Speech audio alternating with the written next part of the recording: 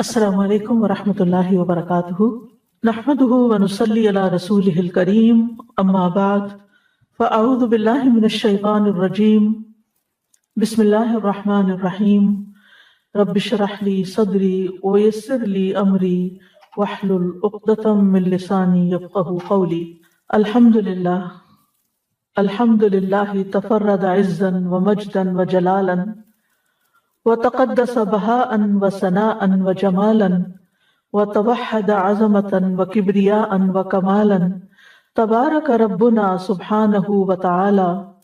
ہر قسم کی تعریف اللہ کے لیے ہے، سب تعریف اللہ کے لیے ہے جو عزت اور غلبے، بزرگی اور جلال اور بڑائی میں اکیلا ہے، اور وہ پاک ذات ہے، رونق میں، روشن ہونے میں، جمال میں، وہ عظمت، بڑائی اور کمال میں اکیلا ہے، اور ہمارا رب سبحانہ و تعالی بہت بابرکت اور بلند ہے۔ اللہم صلی علی محمد وعلی آل محمد کما صلیت علی ابراہیم وعلی آل ابراہیم انک حمید مجید۔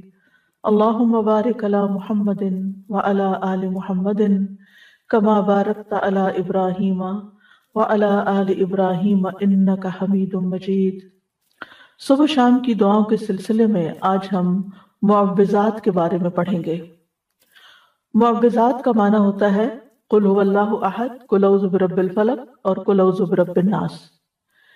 جب صرف سورۃ الفلق اور الناس ہوتی ہے تو اس کو کہتے ہیں معوذتین، لیکن جب قل هو اللہ یعنی تیسری سورت بھی ساتھ شامل ہوتی ہے تو اس کو کہتے ہیں معوذات، یعنی وہ صورتیں جن کے ذریعے اللہ تعالیٰ کی پناہ طلب کی جاتی ہے۔ معوذات کی اپنی ایک فضیلت ہے جو احادیث سے ہمیں پتہ چلتی ہے، خاص طور پر سورۃ الفلق اور الناس کی۔ رسول اللہ صلی اللہ علیہ وسلم نے فرمایا، کیا تم نہیں دیکھتے کہ آج کی رات ایسی آیات اتری ہیں کہ ان کی مثل کبھی دیکھی نہیں گئی، اور وہ قل اعوذ برب الفلق اور قل اعوذ برب الناس ہیں۔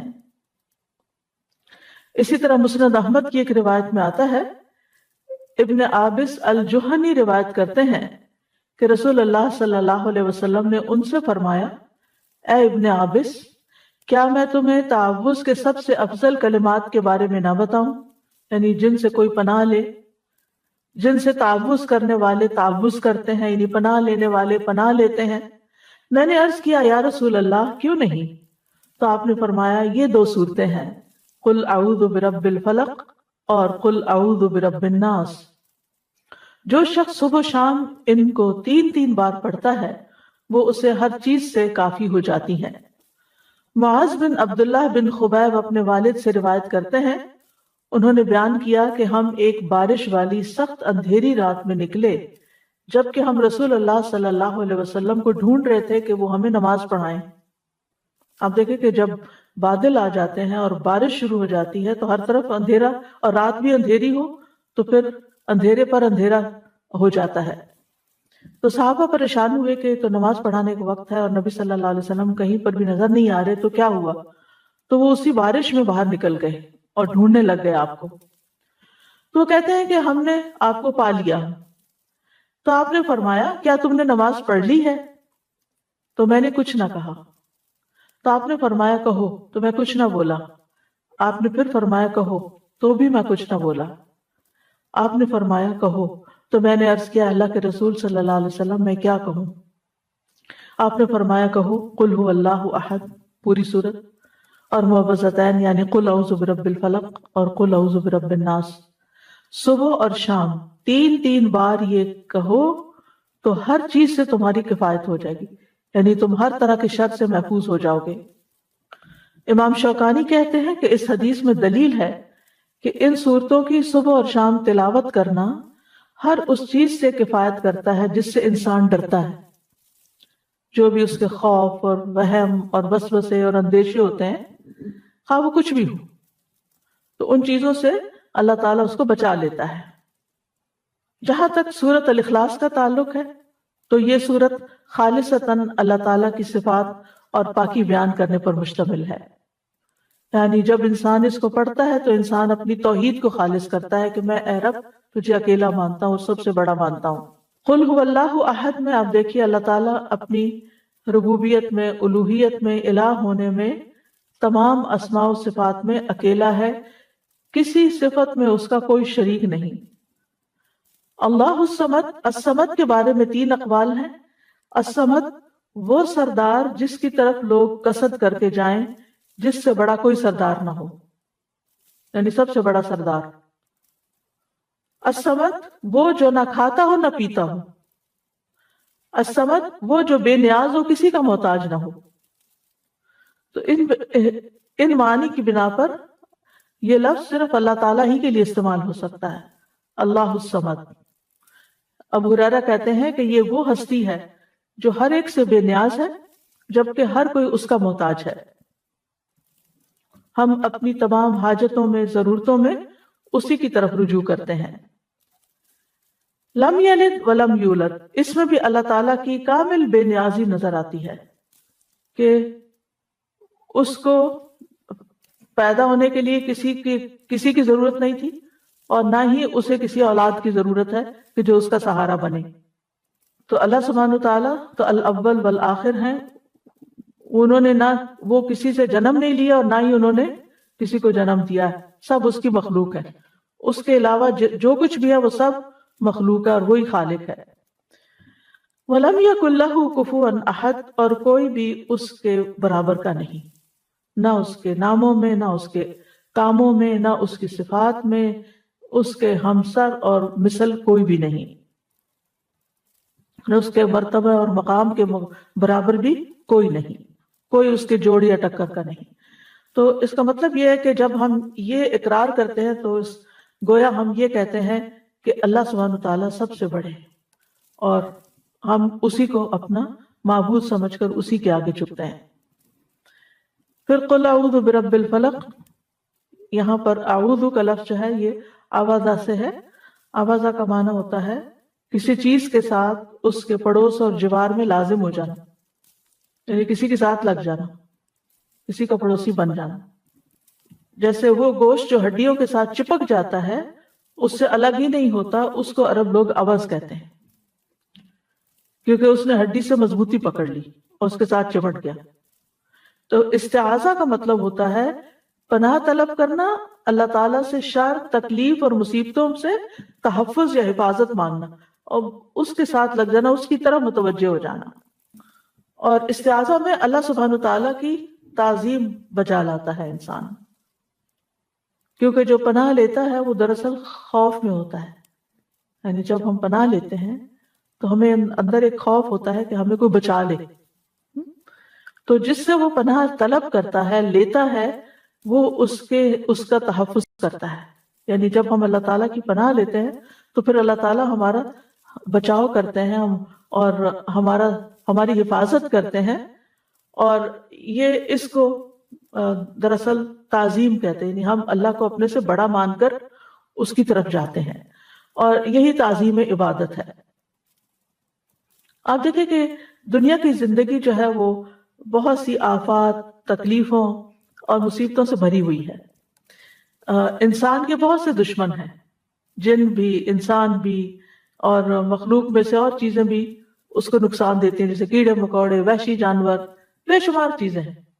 تو انسان کو ان ساری چیزوں سے بچنے کے لیے، ان سارے دشمنوں سے حفاظت کے لیے کوئی ایسی ہستی چاہیے جو ان سب کو کنٹرول کر سکے، اور وہ صرف اور صرف اللہ کی ذات ہے۔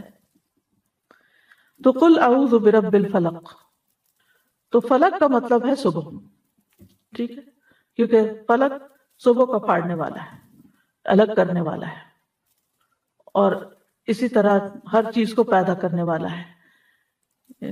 علماء کہتے ہیں کہ اس میں اس بات کی طرف اشارہ ہے کہ جو اندھیروں کو اجالے میں بدل دیتا ہے اور روشن کر دیتا ہے، اور اندھیروں کو ختم کر دیتا ہے، تو وہ بیماری اور تکلیف کے اندھیروں کو بھی ختم کر سکتا ہے۔ یعنی جو ہستی، جو رب رات کو دن میں بدل دیتا ہے، وہ میرے دل کے غموں اور اندھیروں کو بھی دور کر کے اس کو روشن کر سکتا ہے، میرے دل کو بھی سکون عطا کر سکتا ہے۔ من شر ما خلق، ہر چیز کے شر سے جو اس نے پیدا کی، یعنی کسی بھی قسم کا شر، چاہے انسانی ہو یا حیوانی ہو یا جناتی ہو، یا پھر کوئی بجلی کا کڑکا ہو، یا کسی جانور سے متعلق ہو، یا آندھی ہو، طوفان یا پانی ہو، کچھ بھی ہو، دنیا اور آخرت دونوں میں ہر طرح کے شر سے بچانے والا صرف اور صرف اللہ ہی ہے۔ اب یہاں من شر ما خلق، اور اس کا مطلب کیا ہے کہ ہر وہ چیز جو اللہ نے پیدا کی اس کے اندر شر بھی ہے۔ تو مطلب یہ ہے کہ اس کا یہ مطلب نہیں کہ ہر چیز کے اندر شر ہے، بلکہ جن چیزوں کے اندر شر ہے ان سے پناہ مانگے۔ جیسے اب فرشتے ہیں تو ان میں تو کوئی شر نہیں، ٹھیک ہے نا، اسی طرح انبیاء ہیں ان میں بھی شر نہیں، جنت ہے اس میں بھی شر نہیں۔ لیکن عام روزمرہ زندگی میں جو چیزیں ہمیں نظر آتی ہیں، بعض اوقات اچھی بھی نظر آتی ہیں، لیکن ان کے اندر بھی ہمارے لیے بعض اوقات تکلیفیں ہوتی ہیں۔ وَمِن شَرِّ غَاسِقٍ إِذَا وَقَبَ، اور رات کی تاریکی یا اندھیرے کے شر سے جب وہ چھا جاتا ہے، کیونکہ اندھیرے میں کچھ نظر نہیں آتا، تو بہت سی تکلیف دینے والی چیزیں جو ہیں وہ اس وقت ظاہر ہو جاتی ہیں اور انسان کی طرف آتی ہے تو انسان ان سے بچ نہیں سکتا۔ رات کے اندھیر، شام کے وقت ہی جنات کا غلبہ بھی ہوتا ہے، چور ڈاکو وغیرہ بھی اسی وقت حملہ آور ہوتے ہیں۔ امام ابن قیم کہتے ہیں کہ رات اندھیرے کا مقام ہے، اور اس اندھیرے میں انسانوں اور جنات کے شیاطین اتنا غلبہ پاتے ہیں جتنا وہ دن کو نہیں پا سکتے، کیونکہ دن نور ہے اور شیطان کا زور اندھیروں میں ہے، اور وہ اندھیرے والی جگہوں میں چلتا ہے، اور ان لوگوں پر اس کا زور چلتا ہے جن کے دلوں میں اندھیرا ہے اور وہ تاریکی والے ہیں، یعنی شیطان انہی کو کنٹرول کر پاتا ہے۔ اسی وجہ سے رات کو جادو کا زیادہ غلبہ ہوتا ہے، رات کو اس کی تاثیر بڑھ جاتی ہے، تو لوگ جو جادو کرتے ہیں وہ رات کے وقت قبرستان جا کے غلط کام کرتے ہیں اور مختلف طرح کی چیزیں دباتے ہیں وہاں۔ اب یہاں پر بات اندھیرے کی ہو رہی ہے اور پناہ مانگی جا رہی ہے رب الفلق سے، تو مطلب یہ ہے کہ روشنی جب ہوگی اللہ کے کلام سے تو پھر شر یا باطل کا جتنا بھی کلام ہے اس کا جو اندھیرا اور شر ہے وہ دور ہو جائے گا، اور ہر فسادی جو ہے وہ ختم یعنی چلا جائے گا۔ جیسے جو ہی صبح ہوتی ہے تو جو بھی ایسی چیزیں ہوتی ہیں وہ ساری کوئی سرنگوں میں گھس جاتی ہیں، کوئی پہاڑوں کی کھو میں گھس جاتی ہیں، کوئی کہیں اور غائب ہو جاتی ہیں، یعنی انسانوں کے سامنے نہیں رہتی۔ کیڑے مکوڑے بھی اپنے بلوں میں چلے جاتے ہیں، شیاطین جو راتوں کو پھیلتے ہیں وہ بھی کہیں سمٹ جاتے ہیں جا کے۔ تو یہاں پر اللہ تعالیٰ نے اپنے بندوں کو ایک طرح سے حکم دیا ہے کہ وہ نور کو طلب کریں تاکہ اندھیروں کا مقابلہ کر سکیں۔ اللہ تعالیٰ نے اپنی کتاب میں قرآن مجید کو بھی نور کہا ہے، اللہ ولی الذین آمنوا یخرجہم من الظلمات الی النور، اللہ ایمان والوں کا دوست ہے، انہیں اندھیروں سے روشنی کی طرف نکال لے جاتا ہے۔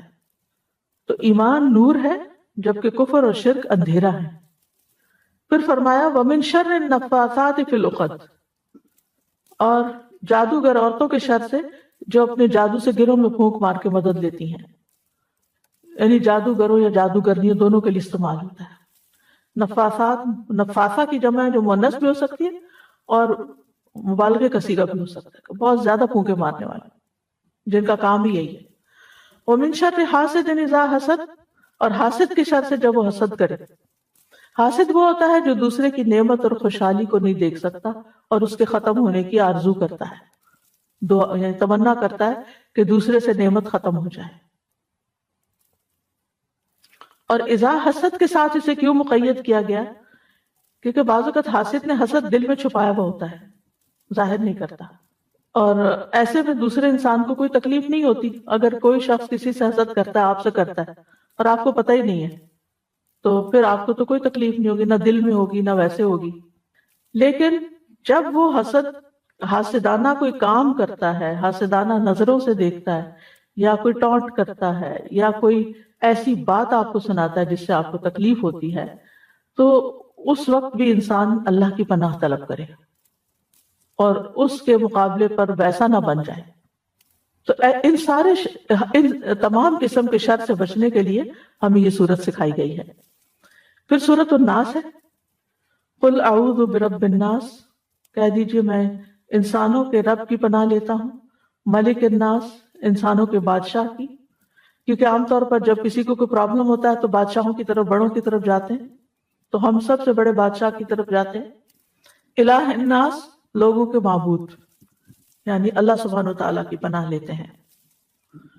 تو ان تینوں میں اللہ تعالیٰ کی توحید اور اللہ تعالیٰ کی ملکیت یعنی بادشاہت اور توحید الوہیت کا ذکر ہے، اور ان چیزوں سے وسوسوں کے شر سے پناہ لینے کی بات ہے۔ آپ دیکھیں کہ پہلی صورت میں کتنی طرح کے شر تھے، لیکن اس صورت میں صرف وسوسوں کا شر ہے۔ تو اس سے کیا پتہ چلتا ہے کہ انسان کے سب سے بڑے دشمن اس کے اپنے ہی وسوسے ہیں، جو اس کے دل میں آتے ہیں، چاہے اس کے اپنے نفس کی طرف سے آتے ہیں، کسی انسان کی طرف سے آتے ہیں، یا کسی شیطان کی طرف سے آتے ہیں۔ یہ جتنے نیگیٹو تھاٹس ہوتے ہیں جن کی کوئی بنیاد ہی نہیں ہوتی، کوئی اصل ہی نہیں ہوتی، یہ سب وسوسوں ہی کی شکل ہوتی ہے۔ یعنی کوئی ایک ایسی تکلیف دہ بات دل میں آ گئی تو سوچ کے اس سے انسان باہر نہیں نکل پاتا، اس کو بریک کرنا ضروری ہوتا ہے، اور اس کے لیے سب سے اہم ترین چیز ہے اللہ تعالیٰ کی پناہ لینا، اللہ سے مدد مانگنا۔ اور پھر شیطان کا وسوسہ کیا ہے کہ وہ لوگوں کے دل میں برا خیال ڈالتا ہے، اور بعض اوقات وہ شر یہ ہوتا ہے کہ انسان کو برائی کو خوبصورت بنا کے پیش کرتا ہے، اور انسان اس کے جال میں آ جاتا ہے۔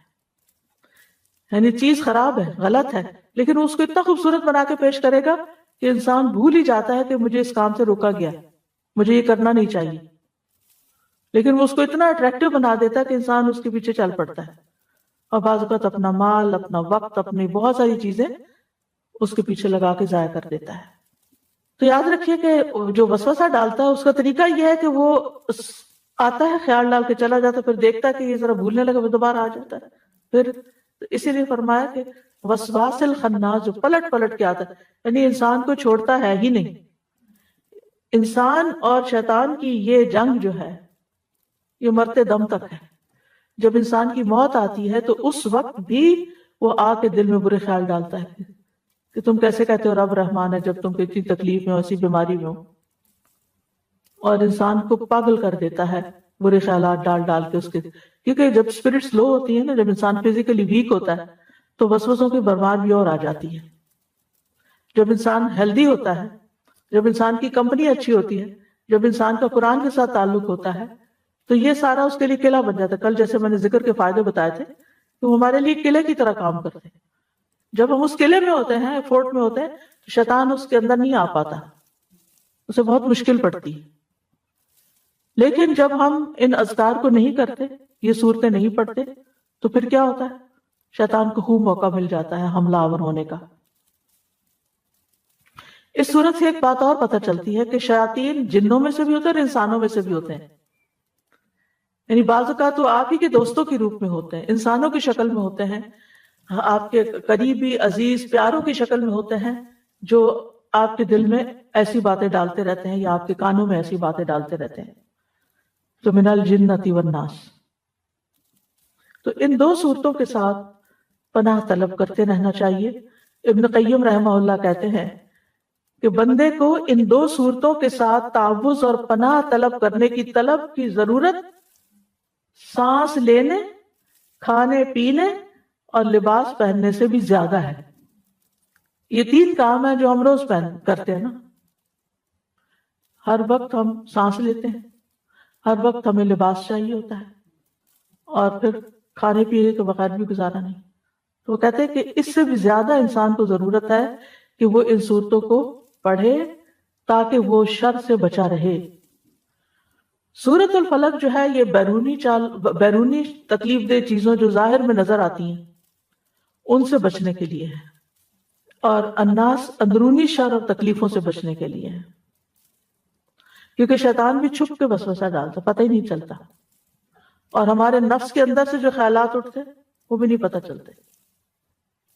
تو ہمیں ہر حال میں اللہ تعالیٰ کی پناہ لیتے رہنا چاہیے۔ اگر آپ اسے کوئی کچھ کہنا چاہیں۔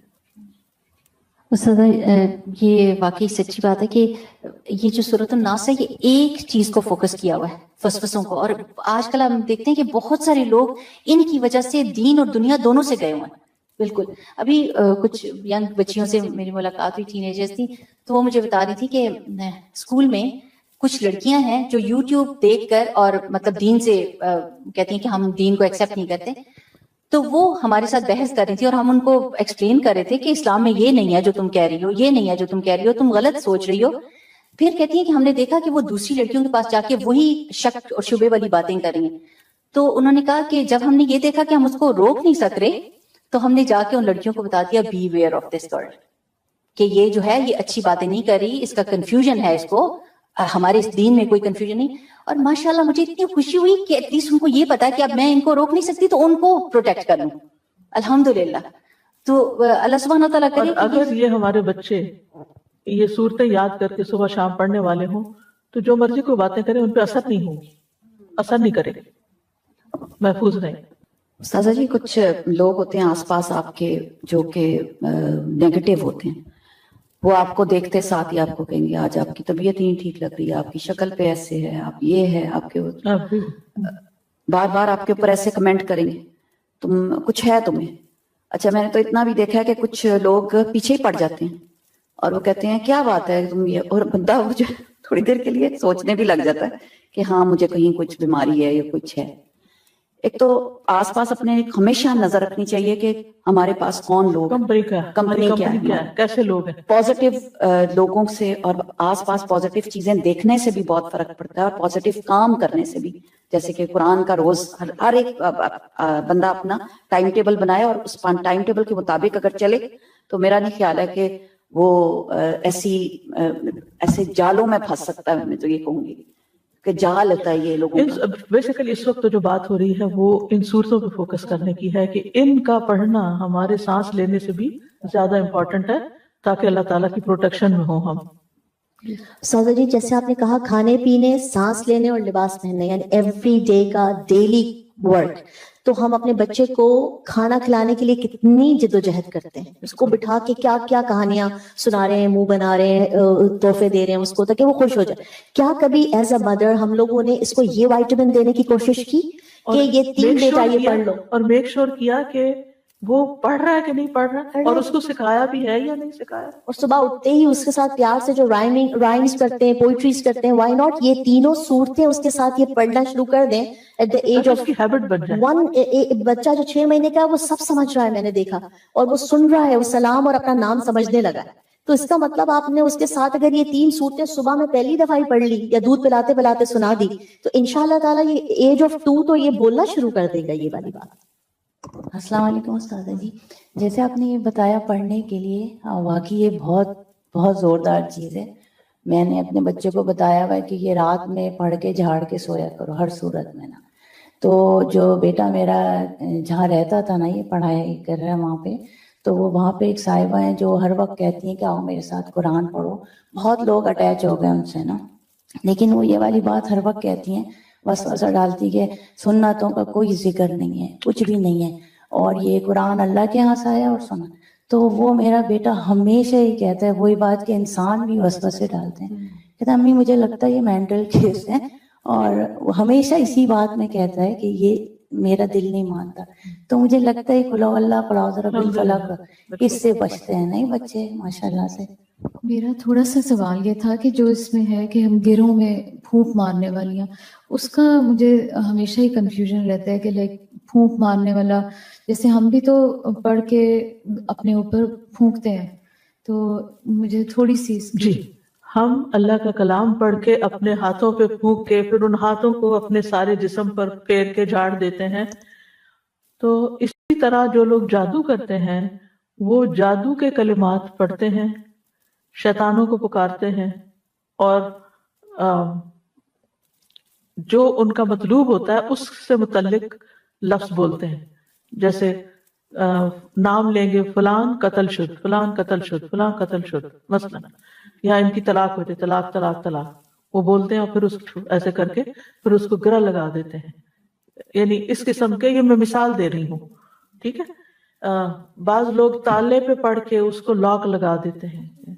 جی سوئیاں بھی آپ نے دیکھی ہوں گی، شکل بناتے ہیں، گڑیا بنا لیتے ہیں اور اس کے اوپر سوئیاں چبوتے ہیں. وہ تصور میں اس شخص کو بناتے ہیں کہ یہ فلاں ہے، امیجن کرتے ہیں اور پھر اس کے اوپر. جی تمینہ، آج ہی صبح اتفاق کی بات ہے، آج صبح ہی مجھے کسی نے میسج کیا کہ ان کا بیٹا اور بہو بہت اچھے سے رہ رہے تھے، لیکن ان کو آپس میں بس لڑائی جھگڑا شروع ہو گیا اور کہا میں نے رہنا نہیں. لڑکی چلی گئی، بہت انہوں نے سمجھایا کیا، کہتے کوئی سمجھ نہیں آئی. کچھ عرصہ پہلے انہوں نے ان سے کانٹیکٹ کیا تو میں نے ان سے کہا کہ سورۃ البقرہ پڑھیں اور کروائیں. اچھا اتفاق سے ان کو بیڈ کے میٹرس کسی طرح اٹھایا، اس کے نیچے سے کالے کپڑے میں گرے لگی ہوئی ملی. اچھا وہ انہوں نے بتائی نہیں، وہ کالا ان کے ہسبینڈ نے اٹھا کے تو ٹریش میں ڈال دیا، ٹریش باہر چلا گیا، گرے ہی نہیں کھولی. پتہ ہی نہیں ہمیں کہ جادو سے نکلنا کیسے. یہ تو کلام کی برکت سے اللہ نے وہ چیز دکھا دی کہ یہ چیز فساد کی جڑ. اب ہونا یہ چاہیے تھا کہ جیسے نبی صلی اللہ علیہ وسلم پر جب وہ جادو کا اثر ہوا تھا تو وہ کنویں سے نکلوایا گیا تھا، وہ دھاگے جس پر بال تھے آپ کے اور وہ جس پہ ناٹس تھی، تو آپ ایک ایک گرہ کو ایک ایک آیت پڑھتے جا رہے تھے اور ایک ایک گرہ کھولتے جا رہے. وہ 11 گرے تھے اور 11 یہ آیتیں پڑھ کے تو اس جو ہی یہ پڑھا کہ کھولا گیا تو آپ اس کیفیت سے باہر آ گئے. جادو سے ٹوٹ جاتا ہے سورہ ناس سے؟ جی الفلق اور ناس سے ٹوٹ جاتا ہے. السلام علیکم ورحمۃ اللہ وبرکاتہ.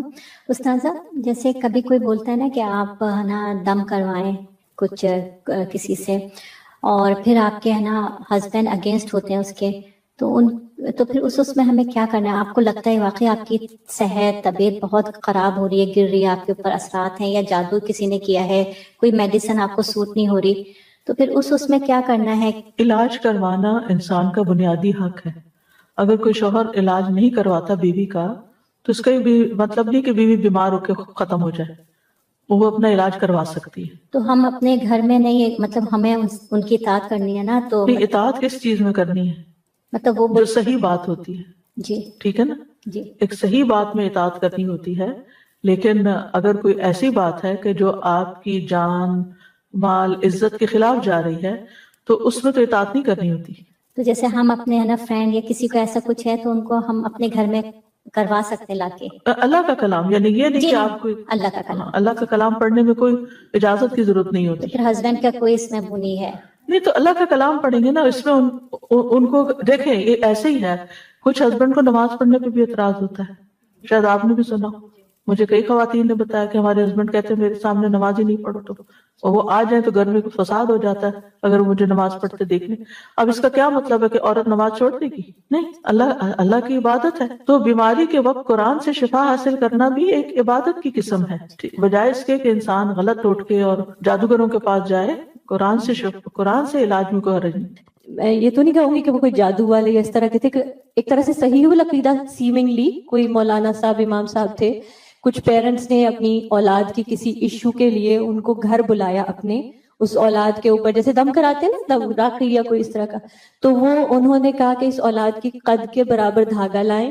وہ 3 دفعہ وہ قد کے برابر کا دھاگا ریپ کر کے اس کے اندر وہ کچھ قرآن ہی سے کچھ پڑھتے رہے اور ملٹیپل نوٹس باندھتے رہے، اور پھر انہوں نے کہا کہ اس دھاگے کو ان پہ اس طرح یعنی جسم کے اس حصے پر باندھ دیا جائے. اینڈ اٹ واز لائک کہ بالکل غلط بات ہے، بالکل کلیئرلی بات ہے نا، کیونکہ فوراً اس وقت یہ سورہ فلق کی ذہن میں آئی کہ یہ کیوں گرے باندھ رہے ہیں. یہ جادو ہی کی قسم ہے. جادو ہی یہی ناٹ لگا کے پڑھنا، چاہے آپ سورت ہی پڑھ رہے ہوں درست نہیں. یہی میں کہنے والی تھی کہ یعنی کہ محتاط رہیں. ایگزیکٹلی، کیونکہ لوگ اس کو کہنے کو کوئی نہیں کہے گا کہ یہ جادو ہے، وہ تو کہیں گے نہیں یہ تو امام صاحب فلاں مسجد سے ہم لائے ہیں دس دیٹ. لیکن we have to be very careful کہ یہ اس طرح کے حضرات بھی کر رہے ہیں. پھونک تو مار سکتے ہیں، پھونک مارنا درست ہے، ناٹ لگانا درست نہیں ہے. پانی پہ بھی دم کر سکتے ہیں، لیکن پانی دم کرتے ہوئے گلاس کے بیچ میں پھونک نہیں مارتے، اس سے منع کیا گیا. نبی صلی اللہ علیہ وسلم نے غذا کے اندر پھونک مارنے سے منع کیا ہے. یا پھر یہ کہ جو متاثرہ حصہ ہے، مثلا وسوسے آتے ہیں تو نماز میں بھی آپ اعوذ باللہ السمیع العلیم من الشیطان الرجیم من ہمزہ ونفخہ ونفثہ پڑھ کر تو اپنے دل کی طرف تھتکاریں. نماز میں بھی آپ پھونک مار سکتے ہیں اپنے اوپر. پھر ایک اور دعا ہے، بسم اللہ الذی لا یضر مع اسمہ شیء فی الارض ولا فی السماء وهو السمیع العلیم. اللہ کے نام سے، وہ ذات جس کے نام کے ساتھ کوئی چیز زمین میں اور آسمان میں نقصان نہیں دے سکتی، اور وہ بہت سننے والا بہت جاننے والا ہے. یہ ایک بہت ہی خوبصورت دعا ہے جو ناگہانی آفات سے بچنے کے لیے صبح و شام پڑھنے کے لیے کہا گیا ہے۔ سنن نبی داؤد میں ہے، عثمان بن عفان رضی اللہ عنہ کہتے ہیں میں نے رسول اللہ صلی اللہ علیہ وسلم سے سنا، آپ فرماتے تھے جس نے شام کو 3 بار یہ دعا پڑھ لی اسے صبح تک کوئی اچانک مصیبت نہیں آئے گی۔ یہی دعا بسم اللہ الذی لا یضر آخر تک۔ اور جس نے صبح کے وقت یہ دعا 3 بار پڑھ لی اسے شام تک کوئی اچانک مصیبت نہیں آئے گی۔ راوی کہتے ہیں کہ اس حدیث کو روایت کرنے والے ابان بن عثمان کو فارج ہو گیا۔ ابان حضرت عثمان کے بیٹے تھے، تو جو حدیث سن رہا تھا وہ بڑا حیران ہوا اور ان کو حیرانی سے دیکھنے لگا، اور جو فالج زیادہ حصہ ہوگا خاص طور پہ اس کو کہ بھئی یہ کیا ہے، پھر تم کہتے ہو کہ اچانک مصیبت نہیں آئے گی، نہیں اچانک کوئی بیماری نہیں آئے گی، اچانک کوئی شر نہیں آئے گا، تو پھر یہ فالج کیسے ہو گیا؟ انہوں نے کہا کیا ہوا، مجھے کیا دیکھتے ہو؟ اللہ کی قسم میں نے عثمان رضی اللہ عنہ پر جھوٹ نہیں بولا کہ ان کے ریفرنس سے میں نے بات کی ہے کہ انہوں نے مجھے بتایا، اور نہ ہی عثمان رضی اللہ عنہ نے نبی صلی اللہ علیہ وسلم پر جھوٹ بولا، لیکن جس دن مجھے یہ فالج ہوا اس دن میں غصے میں تھا اور یہ کلمات پڑھنا بھول گیا تھا۔ تو اس سے یہ پتہ چلتا ہے کہ اگر آپ چھوڑ دیتے ہیں ایک دن بھی تو نقصان ہو سکتا، نہ بھی ہو، ضروری بھی نہیں، لیکن موسٹ پروبیبلی کوئی مصیبت آ بھی سکتی ہے۔ جی ہاں، یعنی جب تقدیر نے نافذ ہونا ہو تو انسان بھول بھی جاتا ہے۔ تو بسم اللہ، اللہ کے نام کے ساتھ پناہ لیتا ہوں۔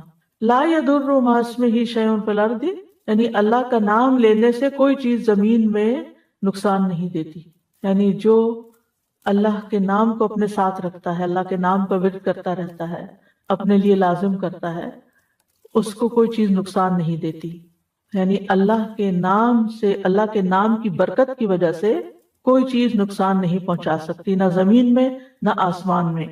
زمین میں تو بہت ساری طرح طرح کی مصیبتیں ہیں، اور آسمان سے یعنی اوپر بلندی سے بارش اتر سکتی ہے، زیادہ برف پڑ سکتی ہے، اولے پڑ سکتے ہیں، بجلی کڑک کے گر سکتی ہے، یعنی کوئی بھی چیز اوپر سے اچانک آ سکتی، یا ہوا کوئی چیز اڑا کے آپ کے اوپر لا کے گرا سکتی، اینی تھنگ۔ تو نہ اوپر سے نہ نیچے سے کوئی چیز نقصان نہیں دیتی۔ وَهُوَ السَّمِيعُ الْعَلِيمُ، اور وہ ہر چیز کو سننے والا، سارے اقوال کو اور سارے افعال ہمارے خوب جاننے والا ہے۔ تو یہ دعا ان اذکار میں سے ہے جن کی ہر مسلمان کو صبح و شام پابندی کرنی چاہیے، تاکہ اللہ کے حکم سے اچانک پہنچنے والی مصیبتوں، بلاؤں اور تکلیفوں اور نقصان سے انسان محفوظ رہ سکے۔ امام قرطبی کہتے ہیں کہ یہ حدیث صحیح ہے، صادق و امین صلی اللہ علیہ وسلم کی ہے، اس پر ہمیں دلیل اور تجربے ہر دو طرح سے اطمینان ہے۔ دلیل تو یہ ہے کہ یہ ثابت صحیح حدیث ہے، اور تجربہ ایکسپیرینس بھی کیا انہوں نے۔ وہ کہتے ہیں کہ جب میں نے یہ روایت سنی تھی، تو میں پابندی سے اس کو پڑھتا تھا، پھر جب مجھ سے چھوٹ گئی تو مدینہ میں ایک رات مجھے بچھو نے کاٹ لیا۔ جب میں نے خوب سوچ بچار کی تو مجھے یاد آیا کہ میں نے یہ کلمات نہیں پڑھے تھے۔ تو یاد رکھیے کہ اس میں اصل جو حفاظت کا سبب ہے وہ اللہ کا نام ہے، بسم اللہ الذی لا یضر، اللہ کا نام لیا جائے تو کوئی چیز نقصان نہیں دیتی۔ اس لیے ہمیں کھانا کھاتے ہوئے، پانی پیتے ہوئے، اب آپ دیکھیں اکثر ہم سنتے اور پڑھتے اور دیکھتے رہتے ہیں کہ ہر دوسرا بندہ یہ بات کر رہا ہوتا ہے کہ اب یہ پانی میں کلورین ہے، تو فلاں فوڈ میں کیمیکلز ہیں، تو ویجیٹیبلز کھائے تو ان کے اندر بھی بہت سے وہ جس طرح گرو کی جاتی ہیں ان میں پتہ نہیں کیا کچھ ہے، اگر آپ گوشت کھاتے ہیں تو اس کے اپنے نقصان ہیں، اور یعنی طرح طرح کے کوئی چیز مجھے لگتا نہیں کہ حلال طیب کی فل کیٹیگری میں آتی ہو۔ ہر چیز کے اندر کچھ نہ، پھر انسان کہاں جائے؟ کسی اور پلانٹ پہ تو نہیں جا سکتا۔ اگر آپ یہ کہیں نا کہ آپ یہاں سے کسی ولیج میں چلے جائیں تو ولیج میں جو اگایا جاتا ہے وہ اسی طریقے کھادیں ڈال رہے ہیں، طرح طرح کے کیمیکل ڈال رہے ہیں، اسپرے کر رہے ہیں، یعنی ولیج ہو، ہاں زیادہ سے زیادہ یہ ہو سکتا ہے کہ آپ کا کچن گارڈن ہو، لیکن اس میں بھی جو سوائل آپ لا کے ڈالیں گے اس کے آلریڈی اس کے اندر کچھ پیسٹی سائڈز ہوں گی۔ تو اس لیے کوئی بھی چیز بچی ہوئی نہیں ہے، اور پھر کریں کیا؟ جو کھائیں پیئیں اس پر اللہ کا نام لے لیں، اور اگر کسی چیز کے بارے میں زیادہ شک ہے تو پوری دعا پڑھ لیں، بسم اللہ الذی لا یضر مع اسمہ شیء فی الارض ولا فی السماء وهو السمیع العلیم۔ خاص طور پر کوئی دوائی وغیرہ کھا رہے ہیں یا کوئی انجیکشن لگا رہے ہیں کہ آپ کو اس کے سائیڈ ایفیکٹس کا خوف ہے، یا آپ سرجری کے لیے جا رہے ہیں، یا مطلب کوئی بھی چیز جس سے آپ کو خوف ہے، خطرہ ہے، وہم ہے، تو آپ اس سے بچنے کے لیے یہ دعا پڑھ لیں. میٹھا پسند ہے تو اس کو پڑھ، اسے کھاتے ہوئے بھی پڑھ لیا کریں. اور ویسے بھی اگر ہم بسم اللہ پڑھ لیتے ہیں نا، جس چیز پہ بسم اللہ پڑھ لیتے ہیں اس کے اندر برکت ہو جاتی ہے، اور برکت ہونے کا مطلب تو اس کی خیر نصیب ہوتی ہے، اللہ شر سے بچا لیتے ہیں. جابر بن عبداللہ کہتے ہیں کہ رسول اللہ صلی اللہ علیہ وسلم نے فرمایا جب تم رات کو کتے کے بھونکنے یا گدھے کے ہینگنے کی آواز سنو تو اللہ کی پناہ طلب کیا کرو، اعوذ باللہ پڑھا کرو، کیونکہ جو کچھ وہ دیکھتے ہیں تم نہیں دیکھتے. جب لوگ سو جاتے ہیں تو باہر نہ نکلا کرو، کیونکہ اللہ عز و جل رات کے وقت اپنی مخلوق میں سے جس کو چاہتا ہے پھیلا دیتا ہے. اور اللہ کا نام لے کر دروازے بند کیا کرو، یعنی اپنے کمرے کا دروازہ بند کر رہے ہو یا گھر کا بند کر رہے ہو، بسم اللہ پڑھ کے کیا کریں، کیونکہ شیطان وہ دروازہ نہیں کھولتا جسے اللہ کا نام لے کر بند کیا گیا ہو. اور مشکوں کو تسمے سے باندھ دو. پہلے زمانے میں وہ لیدر بیگز میں پانی ڈال کے تو وہ درختوں کے ساتھ یا کسی چیز کے ساتھ لٹکا دیتے تھے تاکہ ہوا لگتی رہے، پانی ٹھنڈا رہے. تو اس کو آگے سے پھر باندھ کے تسمے سے تب لٹکاتے تھے، یا رکھتے بھی تھے، ظاہر ہے وہ کہیں بھی رکھے تو پانی نکلے گا. تو جب اس کا منہ بند کریں، بوتل کا ڈھکن بند کریں، فریج بند کریں، بسم اللہ پڑھ لیں. مٹکوں کو ڈھانپ دو، یعنی جس میں سے پانی لے کے پیتے ہو. برتنوں کو اوندا کر دو، کھلے برتن نہیں چھوڑو. یہ حفاظت کے سارے طریقے ہمارے دین نے ہمیں سکھائے، اور اللہ سے بڑھ کر کون جانتا ہے. جس نے وحی کے ذریعے نبی صلی اللہ علیہ وسلم کو یہ ساری باتیں سکھائی اور پھر آپ نے ہم تک یہ پہنچائی. تو ہمارا دین کتنا خوبصورت دین ہے کہ جس میں صرف دین اور آخرت نہیں بلکہ دنیا میں رہنے کے طریقے بھی سکھائے، اور دنیا میں حفاظت کے ساتھ رہنے کے طریقے بتا دیے. اگلی دعا ہے اللہم آفنی فی بدنی، اللہم آفنی فی سمعی، اللہم آفنی فی بصری، لا الہ الا انت، اللہم انی اعوذ بک من الکفر والفقر، اللہم انی اعوذ بک من عذاب القبر، لا الہ الا انت. اے اللہ مجھے میرے بدن میں عافیت عطا فرما، اے اللہ مجھے میری سماعت میں عافیت عطا فرما، اے اللہ مجھے میری بصارت میں عافیت عطا فرما، تیرے علاوہ کوئی اور معبود نہیں. اے اللہ میں کفر اور فقر سے تیری پناہ میں آتا ہوں، اے اللہ میں عذاب قبر سے تیری پناہ میں آتا ہوں، تیرے سوا کوئی معبود نہیں.